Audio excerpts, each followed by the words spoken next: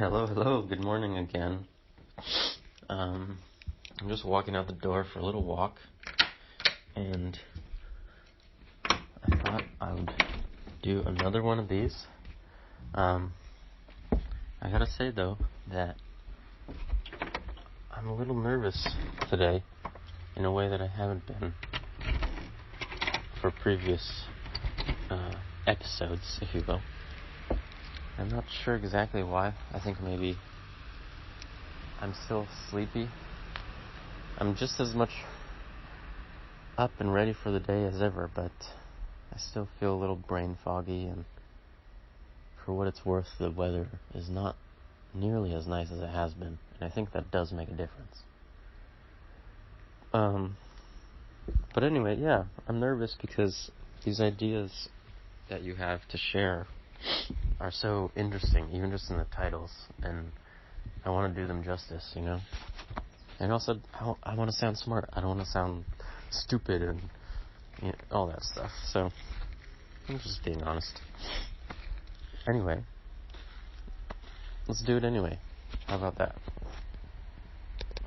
So the one I wanted to check out today, this is a short one.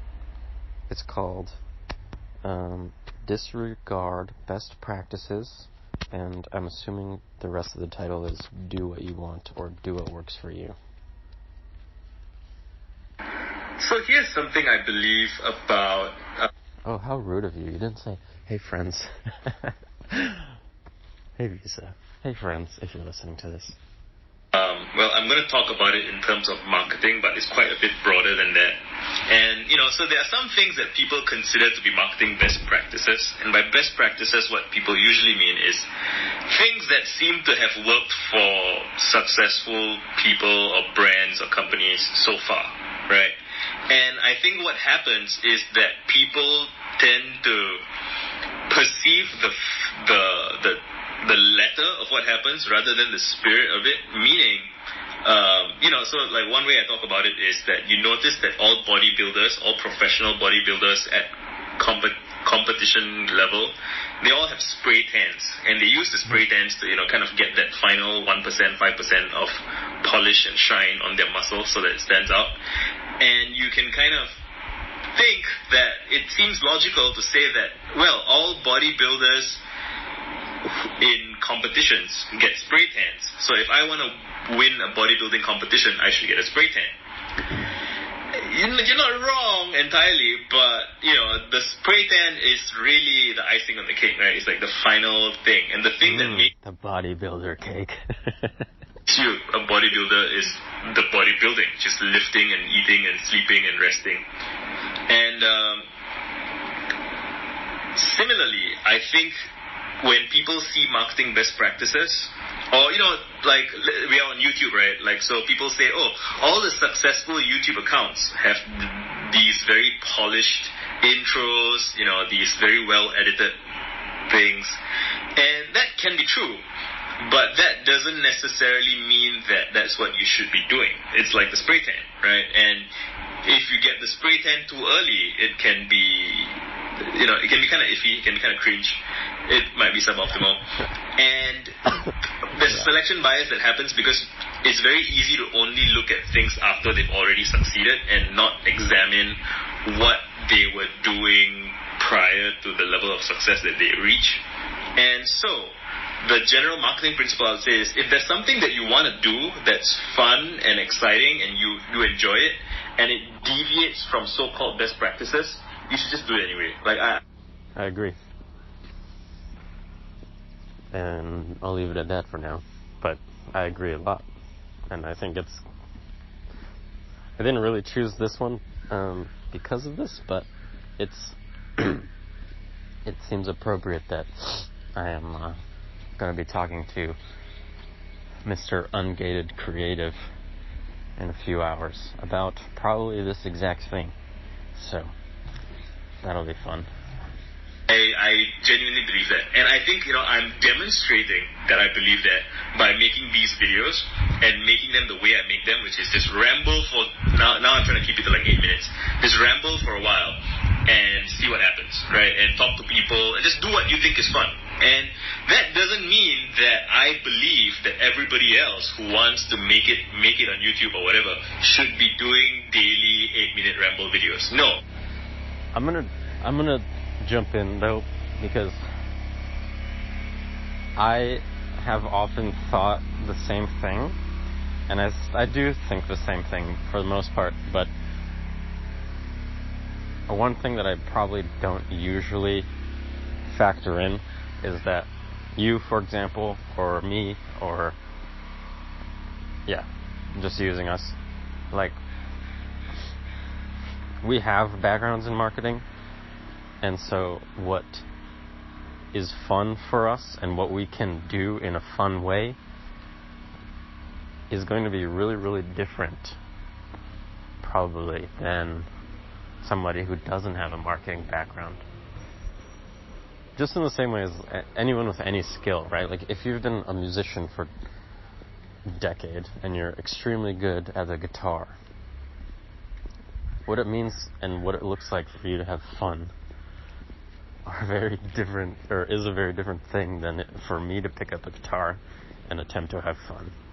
I can still have fun, but it's gonna not really do much for people, probably. But I agree. Just wanted to add that nuance. I'm doing that because that's what I think fits my personality. That's what I think is fun. That's what I think is interesting. That's what I like to do. Oh, okay. To make it more concise, it's just that, like, you need to know quite clearly what your objective is, I think. Because if you're a total beginner and you have no background in marketing, if you at least understand the objective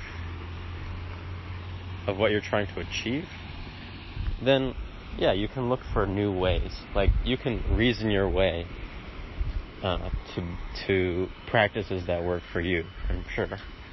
But even understanding, especially in something like marketing, where so many people have a lot of biases against it, right, and a lot of fears and shame around doing it, even just getting clarity on what exactly your actual objective is very difficult. So throwing that in there too. And I would not advise someone to imitate me and do what I'm doing. Rather, the idea is to do what you feel like doing, what you find fun, what you find enjoyable. Maybe you want to do essays, maybe you want to do history. I don't know what it is that you want to do. I would like to see other people not copy me, but figure out what it is that they enjoy, right? So copying itself is it's understandable that people might, if they haven't figured out what they want, they part of the process of figuring out what you want is through trying things, right? And part of how people decide what to try is to copy what they see other people do that seems good. I remember in my early days of blogging, when I was like 19 or 20 years old, I was reading a bunch of stuff in like the blogosphere at the time, which was like Tim Ferriss and all those lifestyle coaches and lifestyle design people. And I don't think I explicitly thought I want to blog like Tim Ferriss, but because that was what I saw and what I was reading, it kind of directly influenced me, and my blog posts were like, lessons I've learned from doing this like ABC. I feel like such a nerd for using this term, but mimetic desire, bro. I only learned that term pretty recently, but it's fitting. And I no longer write blog posts like that. I try to blog like myself, right? And so that's what I kind of want to encourage people to do, which is to be more of themselves, right? Rather than more like somebody else. And how do you figure that out? Trial and error, experimentation, see how you are dissatisfied with what you're doing and in what direction, right? Evaluate what you like from a range of different sources and try to find the common ground across all of those things. And the interesting thing there is that both of us might like the same 10 artists, musical, theater, cinematic, whatever. We might like the same 10 artists, but when we try to look for what is common in all of those artists, we may arrive at different conclusions, and we probably will, because we each have different taste that's informed by our life experience, our personality, our everything. Yeah. Right?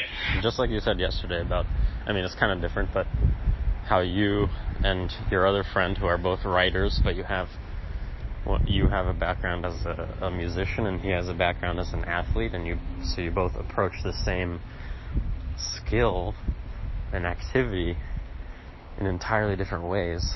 The same thing when you evaluate the things that you like, who you are and the skills that you have and the paradigms that you gravitate towards. Yeah, that's all going to shape what you take from those inspirations. And so that's the fun. That's the fun of exploring and learning and doing things. And yeah, so I just wanted to talk about that for a bit and encourage people to try things and not feel obliged to follow what other people are doing, and to try weird shit if you want. And again, when nothing is ever truly random in the human domain, like everyone, when either of us try to do something random, we will almost invariably go to something that it's like at some subconscious level is what we wanted to work on or wanted to talk about. And maybe you can do one completely random thing, but if you try to do like 100 random things, there will be patterns in that randomness, and your patterns will be different than my patterns. And the more people we encourage to pursue their own so-called randomness, and then kind of have their own personalities flourish and come out, that can create an interesting scene where a bunch of different people have different voices and different styles. And then we can all learn from each other, and we can all challenge each other and rip off of each other, and then that can kind of create something beautiful that I really want to see. Right? That's about it. Done. Oh. Sweet. Hey, friends. There you go. Sorry. So I think there was just one more thing. Yeah. One other thing I wanted to throw in. And I don't think I've ever articulated this out loud, so forgive me if it's labored. So I studied philosophy in college, and the book that I spent the most time with probably was the Nicomachean Ethics by Aristotle. And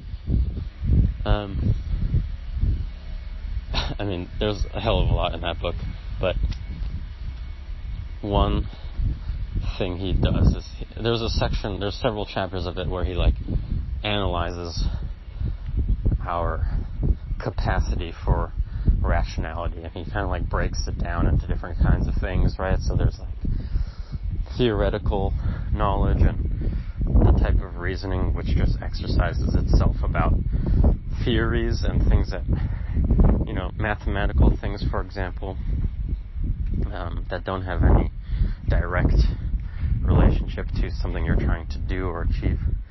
And then there's practical reason, which is all about reasoning about how to achieve things in your life and to hit objectives, things like that. So anyway, he says at one point that, if you have a goal, then you have to basically let's see. I also haven't read that book in a long time, but if you have a goal, you have to map or walk backwards all of the steps all the way back to the starting point, which is you, right? Right, you have to create the map, so to speak, of okay, there's that place over there, and what's the journey to get there, starting with where I am right now. But the important part, and the part that I want to point out, is that he really emphasizes it has to start with you. And I think something I've seen in so much, the nature of practical advice given to you by anyone, right? Whether it's in a book or even directly, from a coach. No one knows you ultimately.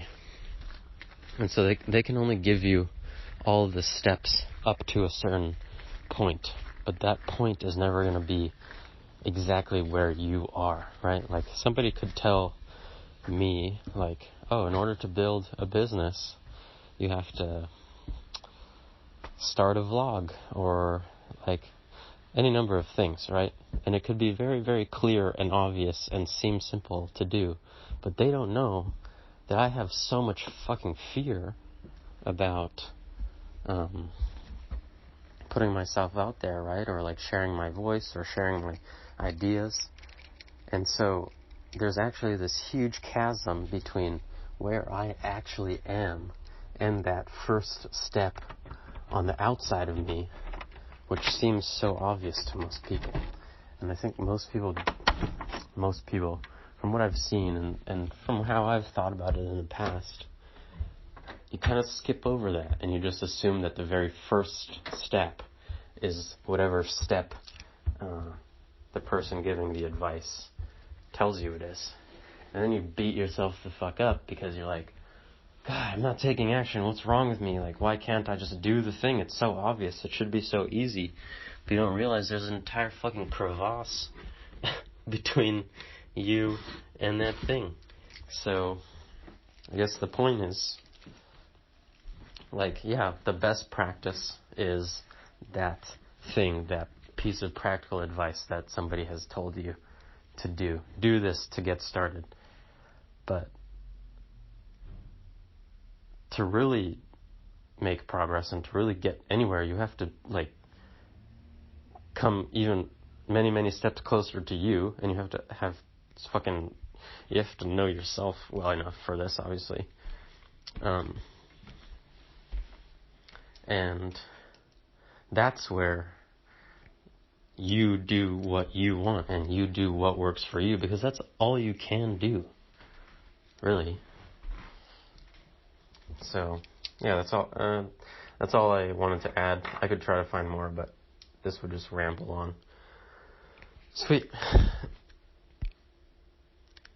Until next time, which may be just later today. Who knows? It's fun talking. Cheers.